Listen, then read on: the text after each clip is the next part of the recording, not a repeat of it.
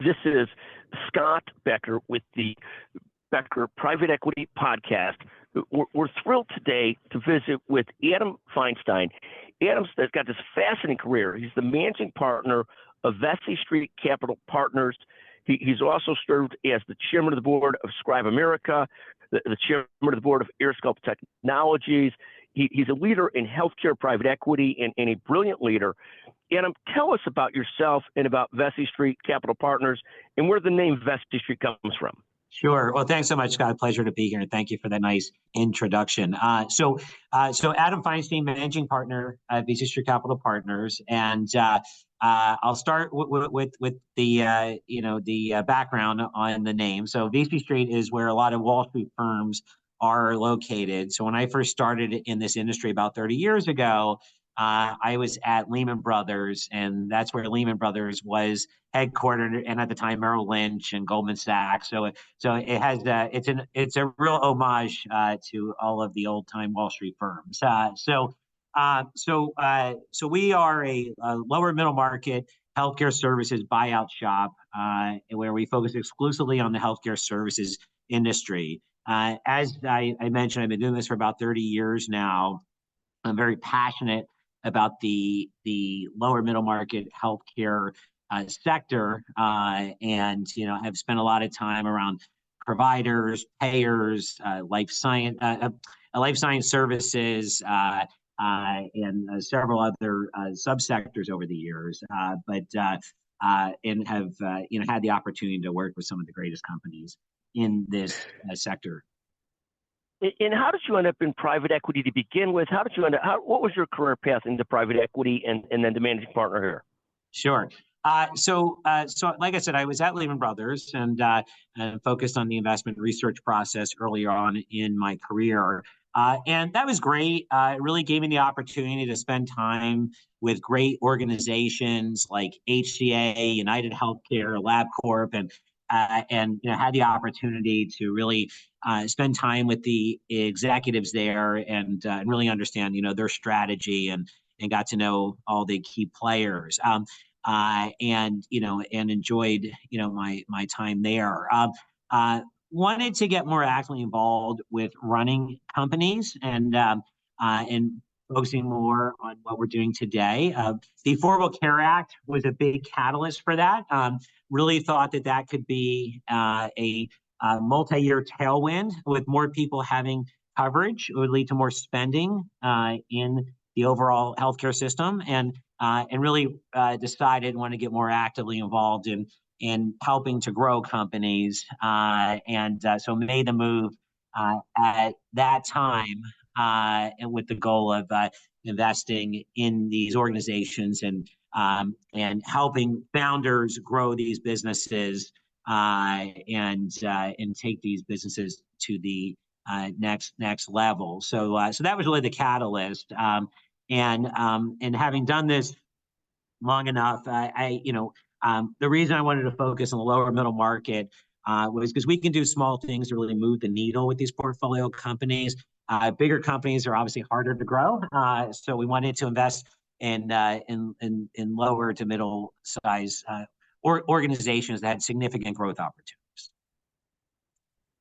Fantastic. And as we head into sort of, I guess, already almost the second quarter of 2024, what are you most excited about and focused on this year?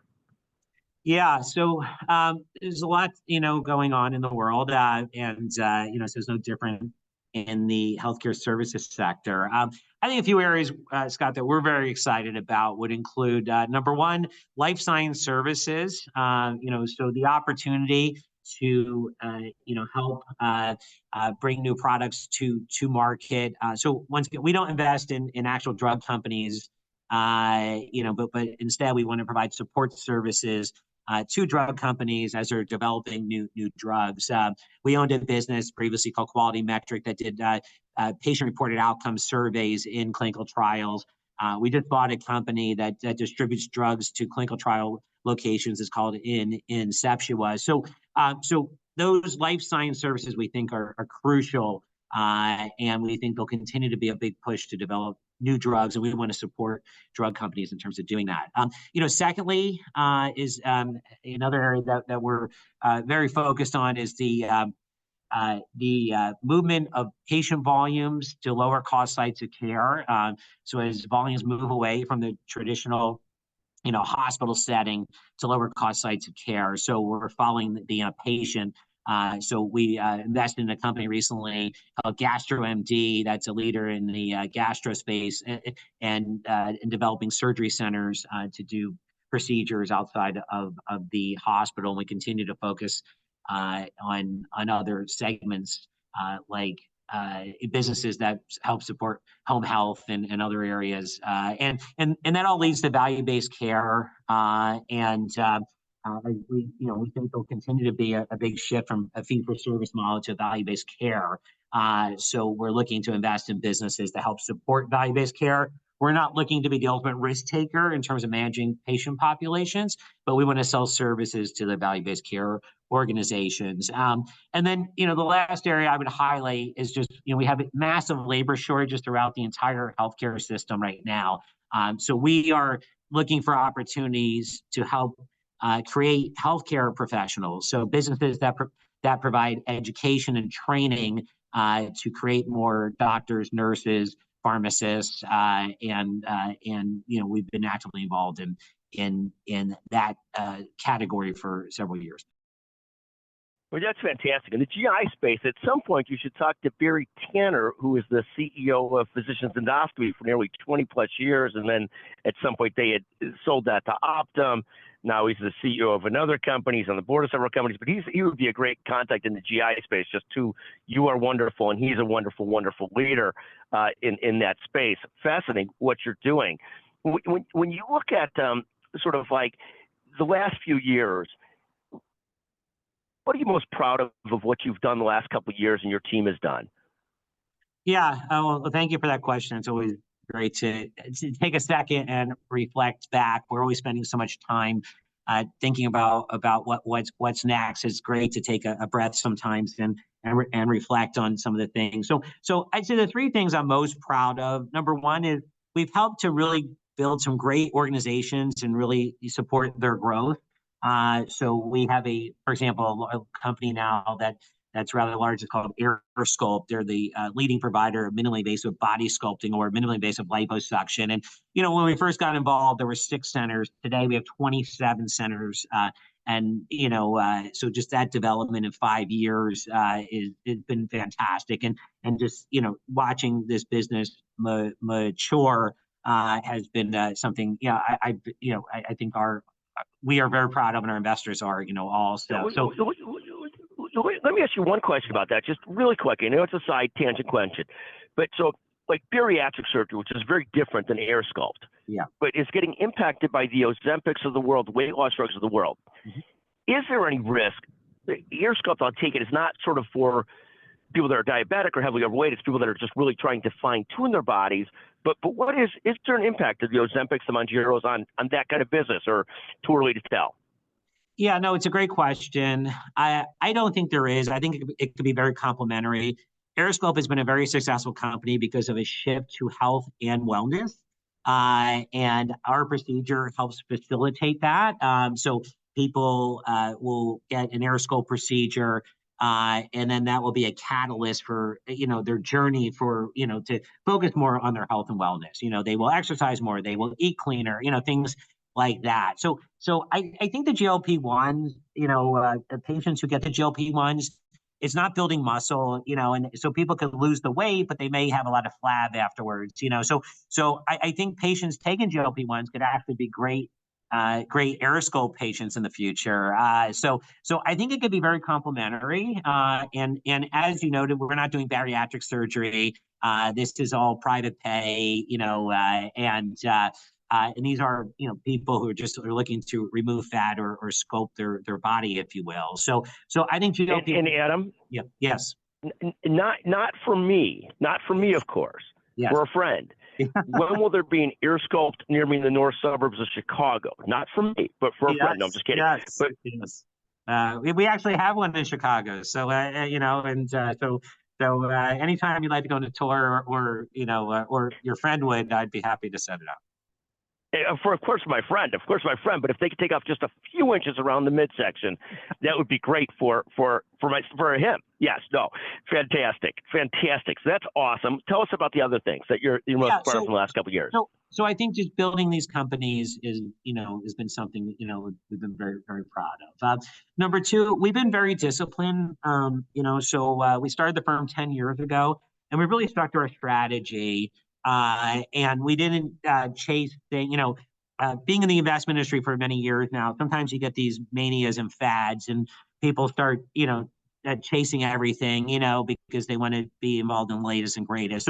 So we've been very disciplined, and we've avoided some of the problems, I think, that, groups have been impacted by, coming out of the pandemic. For example, there was irrational exuberance, to quote Alan Greenspan. So we stayed very disciplined, and we've stuck to our strategy by just buying businesses that have growth characteristics and great free cash flow, and partnering with founders and doing corporate carve outs. And then I'd say for me the third thing is this: really proud of just how our firm has grown. In terms of total headcount, number of investors, success begets success, and so our organization continues to grow, and we continue to attract fantastic people, not just at Vesey Street, but within our portfolio. And are you located in Nashville today, or in New York today? Where are you folks located? Sure.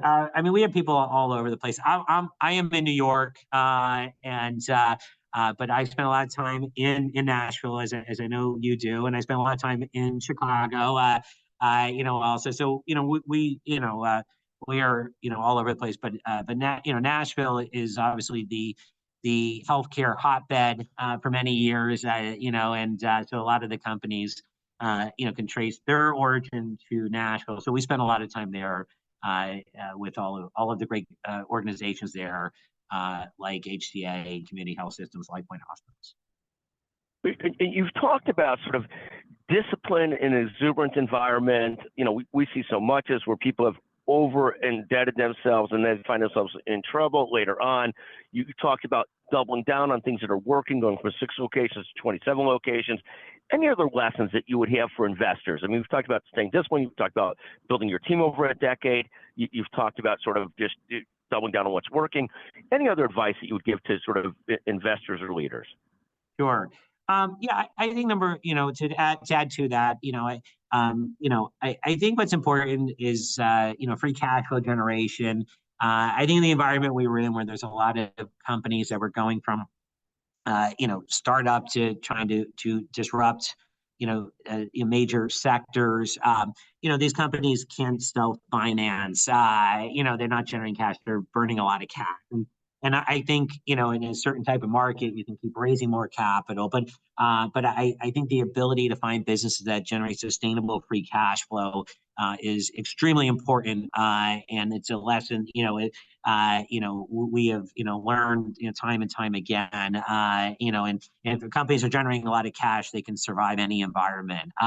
I think other lessons: you can't be overly dependent upon government reimbursement. I think, we get these windows sometimes where, you'll see big increases or in government reimbursement, and like the Medicare Advantage program is a great example of that today, where you're seeing a lot more people move into Medicare Advantage, but at the same time, they're talking on the Hill about making a lot of changes to Medicare Advantage now. So we try to minimize that risk, the stroke of the pen risk. Like I said, I think it could create great opportunities, but you have to realize that they could have a short time frame. So we try to avoid that. And then I think healthcare services, which is what we focus on. These businesses don't have, for the most part, some do, but most of them don't have patents. Like the way a pharmaceutical company would. So we're really investing in great management teams, and so I think if you're an investor in the healthcare services industry, it's all about finding great management teams and supporting them, which is what we do here at Vesey Street. So, I give all the credit to our people and the great managers we've had the privilege of partnering with. Adam, it's just a pleasure to visit with you. Again, Vesey Street Capital Partners, investors in mid-market, lower mid-market healthcare. Brilliant, brilliant work that you've done. Congratulations. If my friend needs Aeroscope, we'll reach out to you. I don't know. We'll see. But what a fantastic thing. Thank you so much for joining us today. Well, thanks so much for having us, and enjoy listening to your podcast and reading Becker's Healthcare over the years. So a pleasure to be here.